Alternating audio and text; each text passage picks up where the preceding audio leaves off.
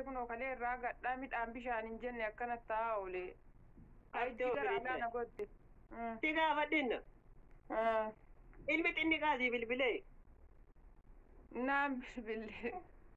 Rabbii kiyya. Maaltu gale?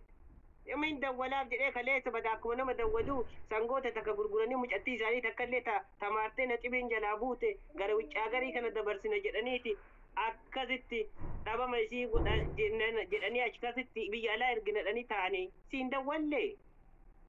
Maal godhanii na dawwalanan kaleessa irraa kunoo silkii keessa uduu yaadu oolee gara biraa silaa qubaan qabu kanama baay'ee namni illee narra bilbilee yeroo maal manatti man waan gootu dunaan kaatu la amma jaartu dhagaye tokko barreessa dafi mootii tara naa kenna.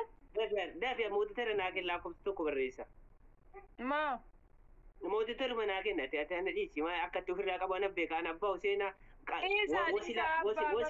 wasilaatan ajjala deemteeti wasilaatan ajjala deemteeti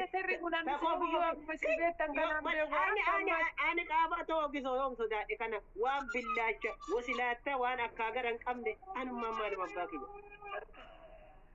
abba maali ni moto terre anum beeku baasi kun oila tafuufuu jettu tana baasi abba maali ni walla dhuga moto terre jettan kun maali laalaan baasi yookaan bakka baas waan jedha gaa'et maan fuufuu ka'eettu kana baas.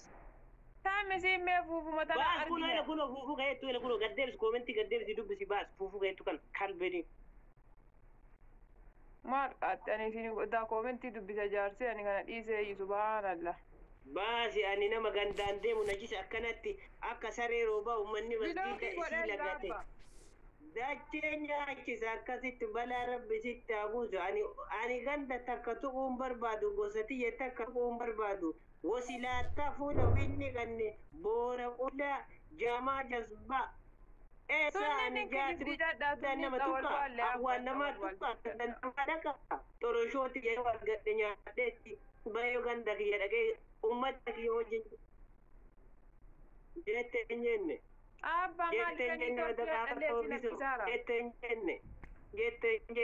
ata jitare atamba gaban kalese simbira ata jit